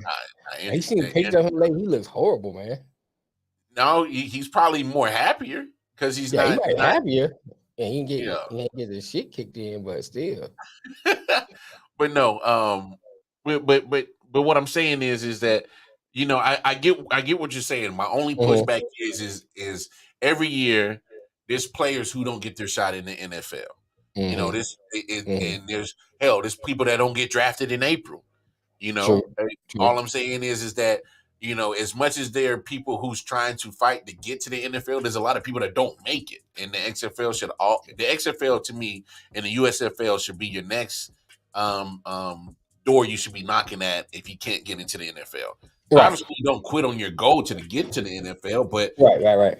But your timing might not be right now to be in the NFL. Mm-hmm. What's wrong with using the XFL or the USFL as a springboard just to get your name out there? Just to build a resume. And speaking of building resumes, here's one thing that I think a lot of people aren't talking about right now with the XFL and the USFL. Good point, man. What's that? It gives these guys who want to coach in the NFL a chance to build a resume. It gives them a chance to showcase what you can do with professional level athletes. Right. For instance, and we'll talk about this in just a minute. But Ray Caruth. Boy's a killer, dog. So egg drops you. I got a lot of them, Scott. I got a lot of them. But no, like Hines Ward is one of the coaches. Yeah. He's coached in college. Now he's coaching in the XFL. He's building a resume. Mm-hmm. So what if he says, I want to coach in the NFL? Obviously, he'll probably have to start at a coordinator position. But you can't tell me now, you can't move the goalpost now and say that Hines Ward doesn't have head coaching experience. You can't use that excuse now. Because it might get his foot in the door as, like you said, as a coordinator and stuff like that. But what I'm saying is this is another opportunity to get minority coaches an opportunity to build a resume. Rod Woodson is a Hall of Famer. He'd be a killer pickup. He'd be a killer pickup. Like Rod Woodson is a Hall of Famer. He's one of these coaches. Right. Yeah, that's right. He is. You know what I'm saying? Yeah, I was trying to think of all the coaches. Right. Rod Woodson is a Hall of Famer.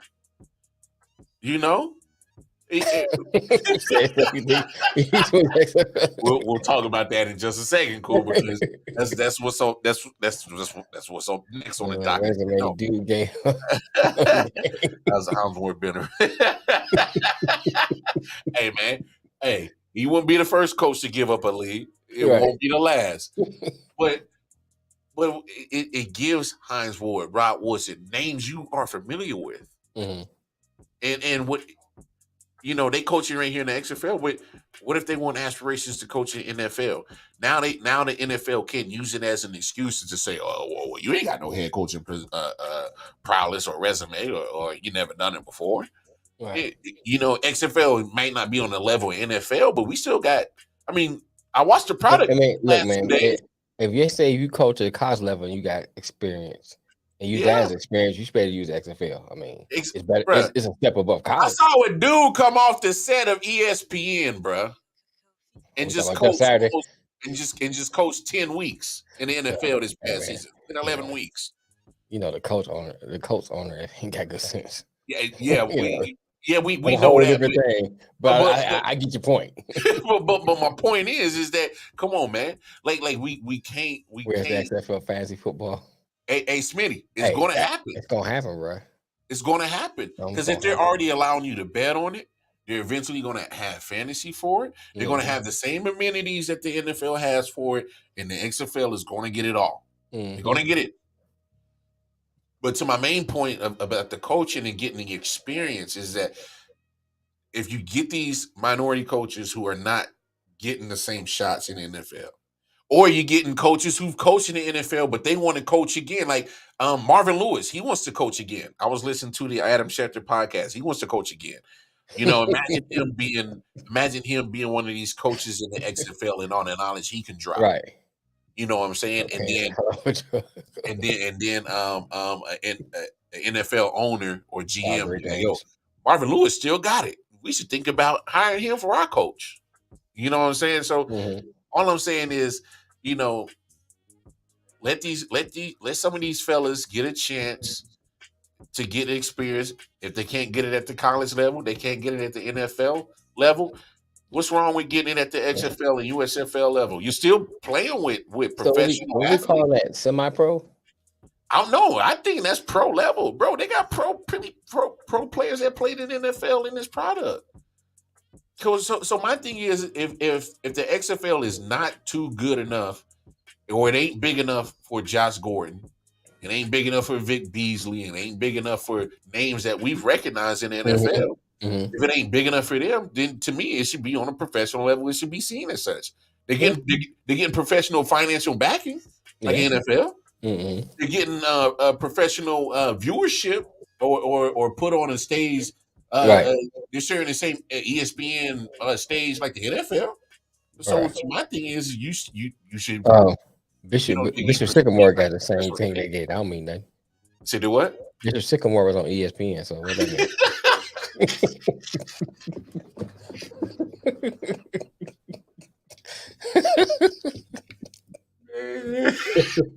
How many times? Exactly. Look. Hey, they made it there. Okay, give them their props. They made it there.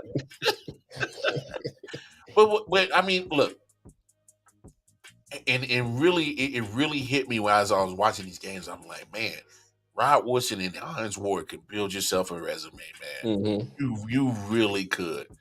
Now, you know, it's a hybrid league, college and professional rules. Yeah, I did get that feel. You know what I'm thinking about too? What's that? If you're looking at the backing they got and all the potential they have, where's that lead USFL? USFL got to match what they're doing. And honestly, I think it might go to what Cool was saying. They might have to merge with the XFL and just be one league. Yeah, it might, man. Because, I mean, they already looking based on what, you know, the backing and all that stuff. I ain't talking about the product, but the backing and all that stuff they got. Yeah. Already looking like they're a step above the USFL. And the USFL already had a year ahead of them already. Yeah. It's like they're going to have to step their game up. Oh, in a huge way. I agree with you. USFL is going to have to they're going to have to find the model that XFL went and try to reciprocate it and at least try to because here's one thing that separate themselves to make them different than XFL. Yes, exactly. But right now, I know the USFL has one year on the XFL, but the fact that right now I never could really rock with arena football. I never could, man. That 50-yard line and no out of bounds. They run. It's like roller derby with football. I couldn't. I couldn't get with it. I'd rather watch lingerie football than that. For obvious reasons. Yeah, definitely for obvious reasons. but you know what? No, I'm gonna say this, and then we can kind of like it's a sidebar, but it's kind of on the same subject. The competition wasn't that bad on some of the teams in the Andre football. No. I mean, I was watching for the ass, but I stayed for the football. I was like, that's not too bad. Not too bad. Hey, bro. That's like saying when some of them dudes marry a thick chick, her face is busted. Like, man, I like. You know, I came for the ass, but I stayed for the food. And definitely wanted to do it. I'd be like, the cameraman be on it though, bro. The cameraman. The cameraman was on it, bro. I'd be looking like, he was in the right angles. Get my little rag, clean the screen. I want to see it's clear. But I mean, but like overall, I'm with you. Look, I know USFL has 1 year on XFL, but I think just the business model so far, the XFL is going to put a bar so high that the XFL is going to have to. They're going to have to do their damn hardest to equal it. Equal opportunity football. Football. Yeah, bring back the LF. Well, you know what? You look up how much they making. Them chicks is making some decent money, bro. They was making at least 80, 90 grand. Yeah, they was making some decent money, bro. To me, that's decent money. Shit, near six figures is decent money to me. Yeah, they make it decent. And you look at it compared to the WNBA. Shit, if you ain't a star, if you're not a star in the WNBA, you ain't making no money. Yeah. I mean, you look at Taurasi. Go overseas, Giant Taurasi got a nice little contract, playing, but she won a the couple rare players thing, came out the USFL. Scott DeMontre Turpin played for the Cowboys. They're returning. Right. That was the biggest one. There might have been a couple of players under the radar. I had to do my research and dig deep and see who made it on the roster. But Turpin is the one that stuck out immediately for sure. Yeah, it's like 30 players that left USFL and came to NFL this year. And I'm like, I can't think of it. It's about 30 of them. I saw the little report for it. Yeah. Near six figures is double the average household income in the U.S. So that to me that's decent money for real. But look, USFL, I think they didn't do their no service. The reason why I say that is, soon as the NFL ended, the next weekend XFL kicked up. So they pretty much they didn't make those people who love football have a void. Right. You know what I'm saying? And so to me, the USFL missed the ball, as in they should have been right on the same weekend, should have been competing with the XFL for viewership on who's going to, and they should have made it a secondary football league war, as in who's going to be the dominant league that's not the NFL. You know what I'm saying?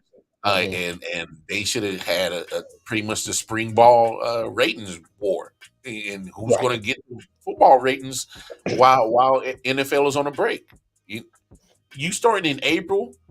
First of all, that's draft season.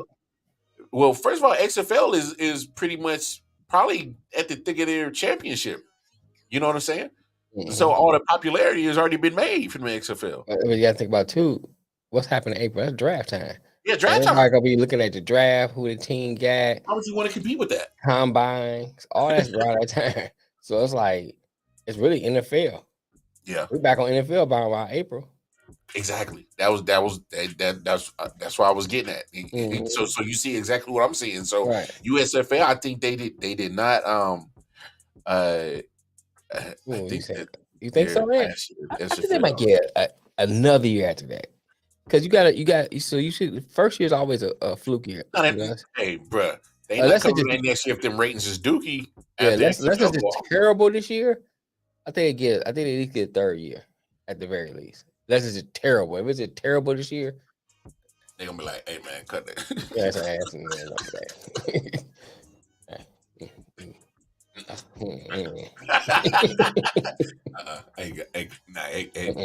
Nah, we fucked up. XFL got us. You using your teeth right now.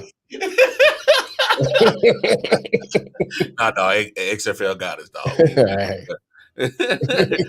We need to go ahead and that's why. Yeah. So I think Cool brought up a good point. Yeah, he did. About emerging.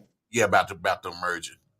Because think about it, why not? because you can use your resources, put them together, and make an ultimate secondary league that's not named the NFL, and you're still not necessarily direct competition to the NFL because you're in different seasons. And hell, who knows if you merge your resources together, you might be able to build a product that can be on the same level as the Right. NFL. Right. Just just saying, not saying because right now the way that the XFL their business model is set up, I think they're going to be around for a minute. Um, Now is just to see how they can gain their popularity. How they can attract certain names. You Mm-hmm. know, maybe certain players in the NFL who are getting faded out, who you know aren't probably won't get another shot in the NFL, or hell, or you trying to get your career started, but you can't get it in the NFL. Right. Use it as the XFL. We'll see, But the Like you point that said, brought me to the point that brought me to the part of the XFL was because of the one thing, Eric Bieniemy. Uh, he finally gets out. It's not a head coaching job, but he is headed to DC. He will now take over as the offensive coordinator for the Washington Commanders, and I want it's is a it 8 linear games move. next season? Matt asked how What many an games is XFL. it? I know it's 8. It's like 8 to 10 in the USFL. I can't remember how much I'm about to XFL. look it up. XFL. They have 10 weeks, so Yeah, April. 10 games. The semifinals should be the late April. The championship game is going to be in early May. So you're looking at a 3-month time frame. Right, but go ahead with your EB. Yeah. So Eric Bieniemy gets your job, but it's not a head coaching job. Uh, what do you think of this move, man? Because it's a It's still linear more. move. It's still baffling me. You know, you called it out for it's still baffling to me because it's like, why? Why you leaving now, and then you leaving to do the same job in another spot? Why? You know what I'm saying? That I'm still like, why? Yeah. You already you already basically doing that. Now that this may be telling, maybe he wants more responsibility, not getting KC. Maybe that's why. But then at the same time, that was keeping him from getting head coaching jobs. I don't know. It's still like it's still part of the story I want to know. You know what I'm saying? It's like some of the stuff is just not adding up to me. No, I'm with you. Yeah, there's a lot of things about it that's just not adding up because, Yeah, I hear you, a and guy leaving to prove itself. But here's my thing. needed a Doug Peterson, needed a Matt Nagy Yeah, under Andy Reid. They look. they got jobs. So why he can't get a head coaching job? And why do he have to leave, do the same job somewhere else to Yeah, prove himself? exactly. So it's got to be more to that story that we don't know. It's got to be. Thank you. Okay. Okay. It's like, why am I leaving Chick-fil-A in Raleigh to go to Chick-fil-A in Apex to do the same job? I live in Apex. You know what I'm saying? I live in It's more Apex. convenient for me to be You know over what I'm here. saying? Why am I leaving to do the same job? I'm making the same money basically. Yeah. I'm doing the same job. Why am I leaving to do the same job? I don't understand. It's a lateral move. I see he's going to conferences, show up that he can rebuild and make a quality product. Yeah, but will he get this? He still not gonna get the recognition he wants because the recognition can go to the head coach. No. In this situation, I think he will get the recognition. You know why? Mhm. Because Ron Rivera is a defensive coach. Yeah, and he's an offensive coordinator, and so right. they're going to look at Well, him and be let me like, say this. I don't mean he's not gonna get any, and he's not gonna get any recognition, but he's Yeah. not gonna get the recognition that he wants because the head coach gonna get majority of that. They might say, "Hey, look, the enemy was at Kansas City. They had a good offense. Came over here. Now the Commanders has a good offense. Maybe it's EB." but it still got to be something there that he's not getting a head coach. You know what I'm saying? I think it's something we not seeing. No, he's getting the assistant coaching title and more money. Yeah. Which, yeah, he'll get more money than he was in Kansas City. He get the more, I guess, responsibility that he wasn't getting in Kansas City. But I agree with you 100%. Doug Peterson, Matt Nagy did the same thing under Andy Reid that he did. And help with the offensive install, help with this, help with that. But they got jobs. Which is crazy. I don't understand that he does the same thing, gets 5 straight AFC championships, 3 Super Bowl appearances, 2 championships, but he can't get a head coaching job. And I'm with you. I think there's more to it, but now this is his time for him to get the shine that he and recognition that he can possibly get, because the fact that Ron Rivera isn't like Andy Reid. Andy Reid's an offensive coach and a great offensive minded coach at that. So I mean, I'm not. And that was keeping him from getting the job, man. That's what it was. You walking ugly motherfucker. You can't get the job. But I mean, titles. He's a little different looking. Yeah. Guy. Yeah, that's true too. Yeah, that might be true too, Ant. Obviously him getting the the assistant head coaching title, that does put him in line, because but then he did the same thing with Andy. Thought Andy'd be leaving and he don't get that job. Yeah, but only reason Andy was going to leave is if he stepped down. Andy wasn't going to get fired. I'm saying, I'm talking about. Still, he thought that Andy was going. Whatever the case, why he was leaving, I think he thought the same thing. That's why he stuck around so long. Now you putting yourself in a situation that you hoping that happen, it may not happen. Or Rivera might get fired and they hire somebody else. Well, my thing is, I think Ron Rivera is already on shaky ice to begin with. He probably is. I'm just saying, but did Washington tell you they're gonna give you the job if he get fired? Or you assuming? I mean, he might be assuming that, or he might have been told that. I mean, because he didn't have to take this job. You know what I'm saying? So it might have been some things said to him, and he was like, "That's pretty enticing. I think I might like that." Right. So I mean, we'll see what happens. Look, I wish him all the best. I hope he does well in Washington. You got a couple. I'm gonna hold you to that, Scott. We're gonna hold you to that.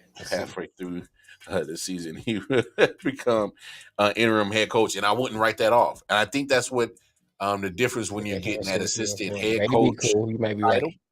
Yeah. When you get that assistant head coach title, you're pretty much the first person in line to get that job. Once you'll get the interim tag at least. Yeah, he'll at least get an interim tag, and then that'll be his full-on chance to be a head coach. I don't know. Hey, look, I wish him the best. I hope he can eventually get a head coaching job. But this is why I brought up the point of the getting your resume built. It may be XFL, USFL, but if you're a head coach, if it has HC, they can't deny you and say you don't have head coaching resume. What up, Kofi? Shout out to Kofi. So, all right, y'all. Man, that's our show, man. Great show today. Appreciate all the love and support. Appreciate everybody up in here. Appreciate y'all. Yeah, man. Good stuff. Good stuff. Y'all know the deal, man. Catch us again on Thursday for episode 225 at 4 p.m. Eastern Standard Time. Y'all know the deal. All the social media links on the bottom of the screen. I.O.W Sports Network on Facebook, Instagram, and most importantly, YouTube, where all the content is at. I.O.W Sports Network. Again, hit them up on Facebook, Instagram, and most importantly, YouTube. Like, share, subscribe. Spread the word what we got going on. And you can always catch us on Twitter, I.O.W Sports 1. Yeah, man, great show. And hey, if y'all feeling real charitable, y'all can always hit up the cash out at $sign I.O.W Sports Network. Hey, if you send $30, you'll get the exclusive cap. Hey, the snapback. But hey man, I didn't nap while I was sitting here. I can sleep my eyes open. Hey, but y'all know what it is. Hey, y'all can catch me tonight 11 p.m. To 12. Late Night Owl edition, Monday through Thursday. Hey, catch us again on Thursday, episode 225. Right. Being standard time. I'm the Wildcard Martin. That's the big homie Detroit Mel. We out of here. Peace. Peace.